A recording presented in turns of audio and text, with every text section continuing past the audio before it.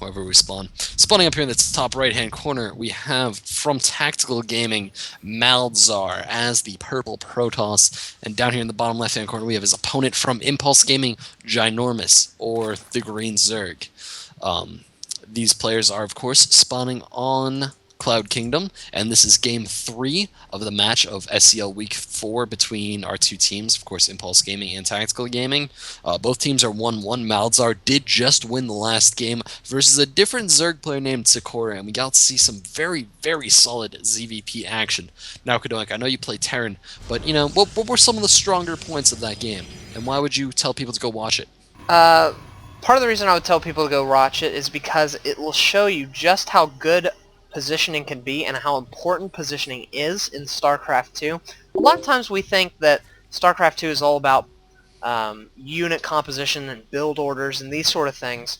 But in game number 2 in week 4 between Tactical Gaming and Impulse Gaming, we saw that it really came down to positioning and very, very good Blink Stalker micro and these sort of things that sometimes you don't get the chance to appreciate and recognize. So I'd say definitely watch it to give mad props to Malzar for just incredible stalker positioning.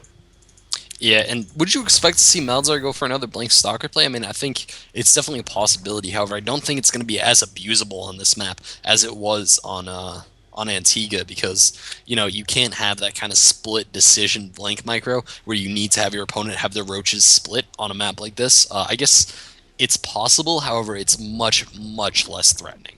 Yeah, it can certainly be done, and it can certainly be obnoxious. It won't be as groundbreaking as it was in Antigua. Antigua, it was the difference between winning and losing. In this map, it could be the difference between catching a little bit ahead or getting knocked a little bit behind. So we'll have to see how that works. Oh, I love this pylon placement by Malzar. Just absolutely incredible. And this is actually a pylon. It's definitely not a cannon. But being on the high ground, it most certainly cannot be sniped easily. And it gives just that extra bit of, pylon field to whatever he wants to put in that little area. It's just a very cool place. He can warp units in, do all sorts of cool stuff. Oh, and it looks like Malzar actually blocked the Nexus from Ginormous blocked the Nexus from Malzar, which is kind of a turn of roles. Usually we see the Zerg player forcing the trying to get the hatchery down and the Protoss player denying it, but in this game we saw the drone denying it, which is very cool. Yeah, it's definitely what you want to do if you can get your drone there in time and you see something like a Forge Fast expand, because it'll allow your hatchery to just get that much more ahead of the Nexus. And of course, we see that the hatchery is going to be finishing up about 15 seconds, give or take 3 or 4 seconds, faster than the Nexus, and that's pretty massive this early in the game. It lets you get, that extra set of drones out. That's essentially another larva to spawn out, and, larva's pretty important in this game. And actually, just another comment on this high grounds pylon. I think this is the reason why you should always Forge Fast Expand on this map, is because of the fact that you can power a photon cannon with a pylon on the high ground. It's so massive. Yeah.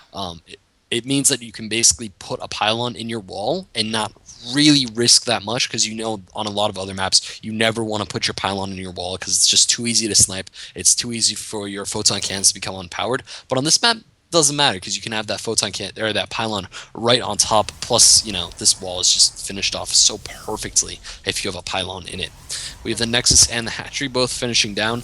We have a much more reasonable, much more moderate drone transfer coming out from Ginormous, sending 2 drones down to land natural. And I think we're just about to start seeing where our players want to go as far as tech is concerned. Oh, we actually have banelings coming down from Ginormous. Yeah, for Malzar we do see the double assimilator, which means he's not going to be doing any 7-gate pushes, anything like that. He's going to be going for a higher tech play. We'll probably see a Robo Facility or Twilight Council, which we do see go down right now. So most likely the same sort of Blink Stalker play that we saw before. In the meantime, Ginormous is going for that 3-base Roach play. Well, actually he is getting that Baneling Nest, but he is going for 3-base play, which is very common against Protoss.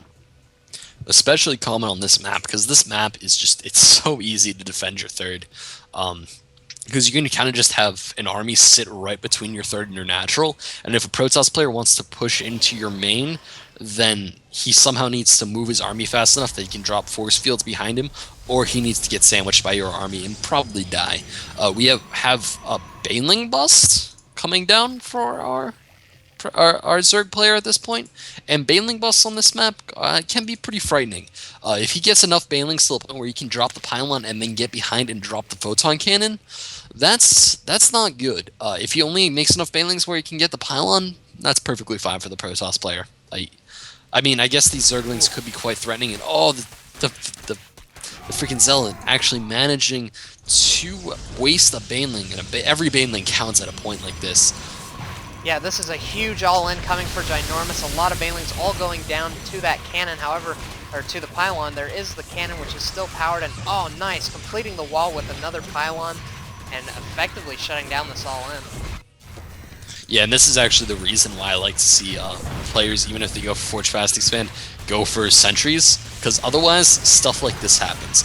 Now, granted, he's gonna live through this. I mean, 3 cannons just finished; they're all powered just fine, and there's banelings on their way, but it doesn't really matter. All the baneling cocoons are within shot of these 4 photon cannons, and even if they weren't, then the banelings would still die because there's 4 photon cannons. And yeah, this is.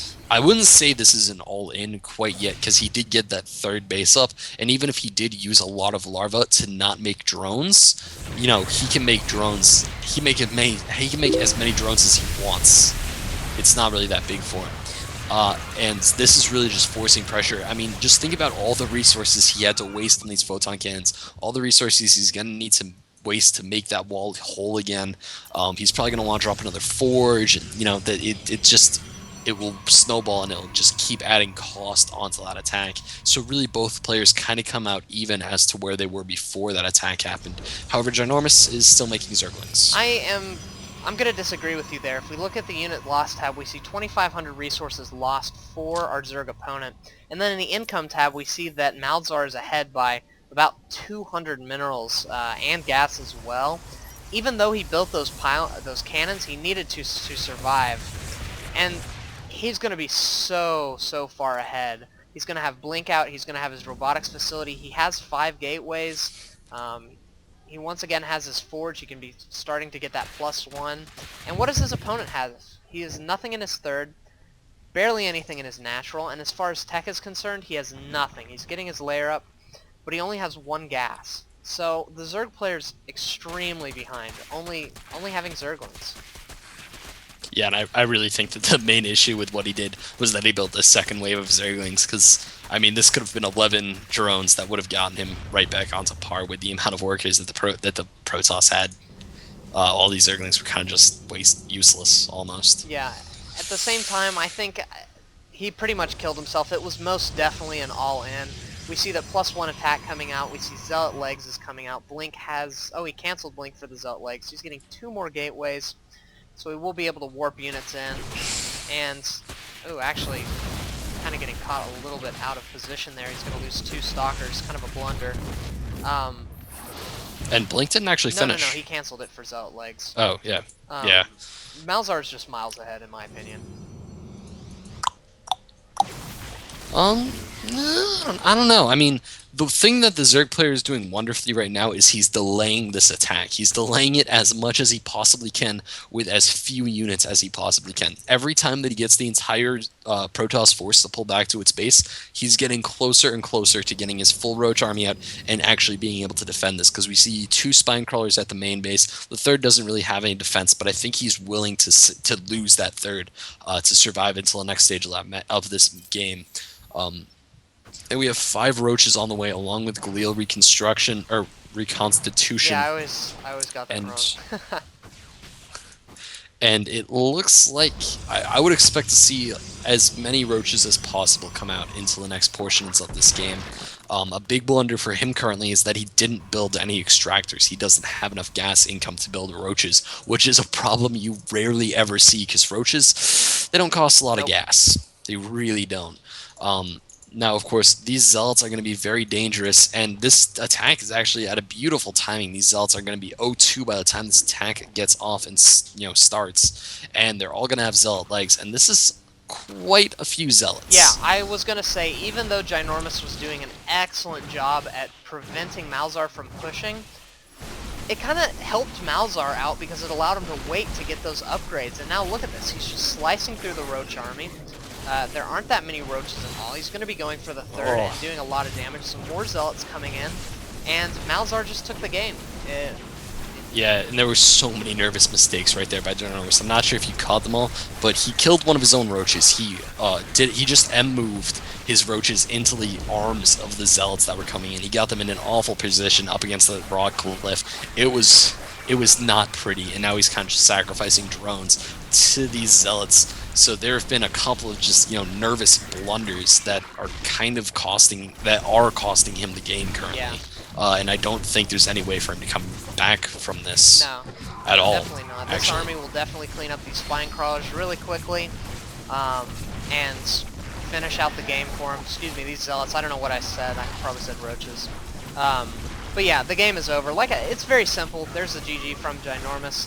He all-in, it didn't work, and it cost him. It could have been great, but that's the risk you take. So congratulations, Malzar, for taking game number 3. And so Tactical Gaming is up 1 game. So it is 2-1 between Tactical and Impulse. We will see you in game number 4.